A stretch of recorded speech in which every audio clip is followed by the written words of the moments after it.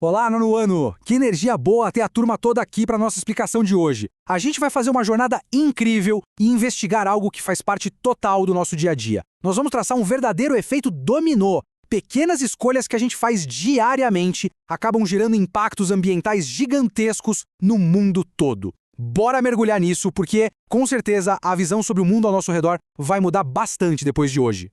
Para guiar nossa conversa, a gente tem um roteiro bem focado. O caminho é o seguinte: 1. Consumo e lixo. 2. A crise da água.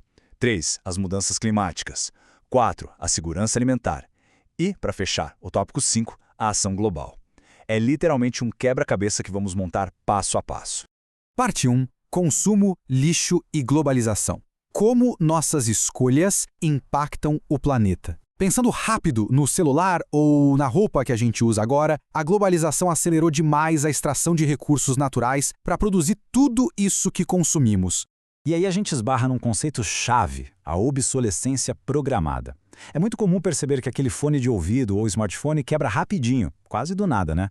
Pois é, não é um acidente não. É uma estratégia de negócios pura e simples. Os produtos já são desenhados para quebrar ou perder a utilidade em pouco tempo, forçando uma nova compra. Isso é movido pelo consumismo e pelo foco no lucro das empresas. E o resultado direto é assustador, uma montanha colossal de lixo eletrônico. E falando em lixo, os números deixam qualquer um de queixo caído. Hoje, o mundo gera cerca de 2 bilhões de toneladas de lixo sólido por ano. Grande parte disso vem de países muito ricos, como os Estados Unidos e as nações da Europa, que têm um consumo altíssimo por habitante. Só que a projeção para o futuro é o que mais assusta. A expectativa é que até o ano de 2050, o volume anual de lixo no mundo bata a marca de 3,4 bilhões de toneladas. É um absurdo de desperdício puxado por essa nossa cultura do descarte. Seção 2. A crise da água. O custo invisível das nossas mercadorias. A maior parte da água doce do planeta vai direto para a agricultura e para a indústria. Isso cria uma água invisível que a gente consome todo dia e nem percebe. Essa realidade tem tudo a ver com a nossa hora do lanche, por exemplo. Basta observar o contraste gritante na produção. Para cultivar só 1 quilo de tomate, vão embora cerca de 214 litros de água. Agora, pensando na carne bovina, são impressionantes 15.415 litros de água para produzir 1 único quilo de carne. E o chocolate, mais de 17 mil litros. É exatamente isso que chamamos de custo invisível da água. Ao comer um hambúrguer, não se está consumindo só a carne. Há um consumo gigantesco dos recursos hídricos do mundo todo envolvido ali. Já no setor industrial, o cenário é igualmente intenso.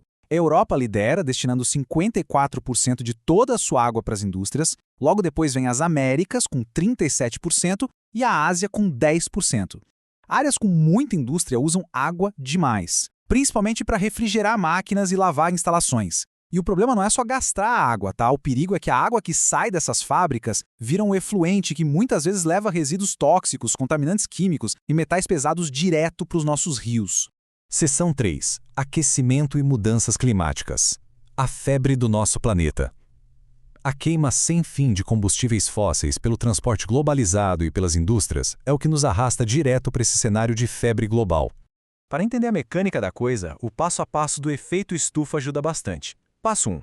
A radiação solar entra e aquece a Terra, o que é um processo supernatural e vital. Passo 2. A superfície do nosso planeta tenta devolver ou irradiar esse calor de volta para o espaço.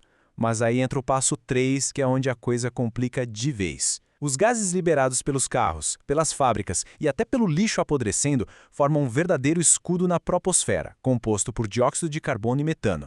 Esse escudo prende o calor. Para completar a tempestade perfeita, no passo 4, temos o desmatamento, que destrói justamente as árvores que absorveriam esse carbono todo de forma natural.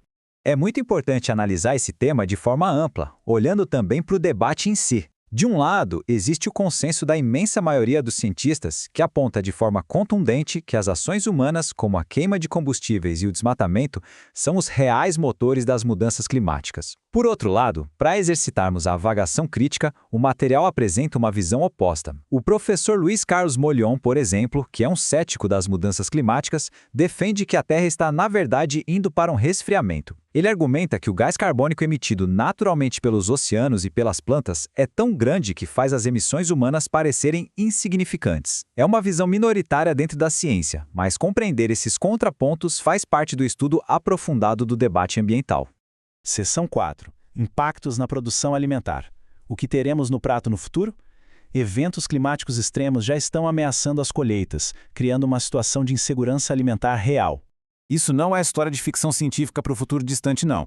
As quedas na produção agrícola são projetadas para regiões bem específicas. No Nordeste do Brasil, por exemplo, a estimativa é uma queda de 10% na produção de milho e 14% para o arroz e o trigo. Na América Central, o trigo deve cair 9%. Até lá do outro lado do mundo, na Nova Zelândia, a área de pastagem para carne e leite pode diminuir 4%. A agricultura brasileira corre um risco gigantesco. São ameaças econômicas na casa dos milhões de dólares, em safras importantíssimas como o café e o milho, tudo causado por variações na temperatura média.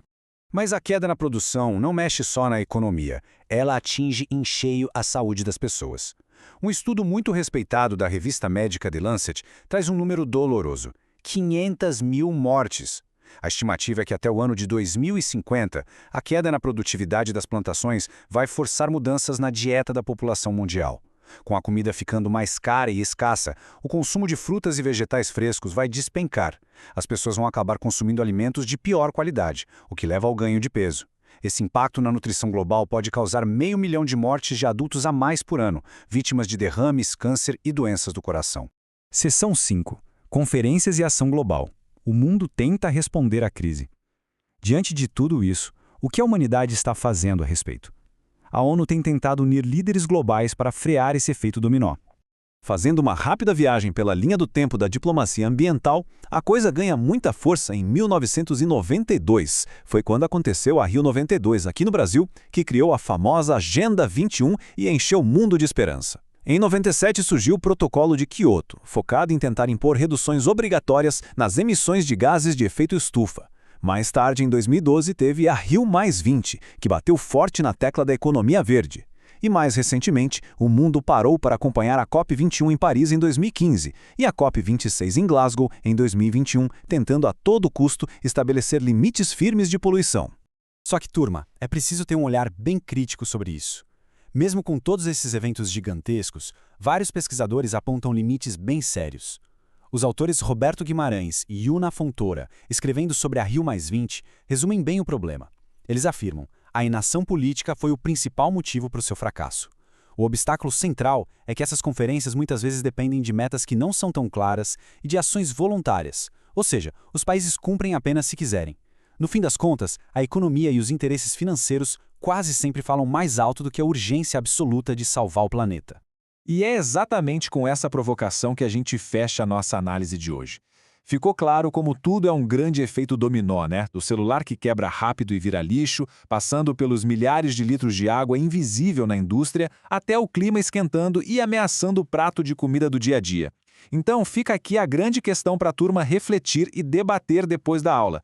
Como podemos equilibrar os fortes interesses econômicos da globalização com a extrema urgência de preservar o nosso meio ambiente para as futuras gerações? É um baita desafio. Que essa reflexão seja o ponto de partida para muitas ideias e debates nas escolas e em casa. Um grande abraço para todo mundo do 9º ano e até a próxima!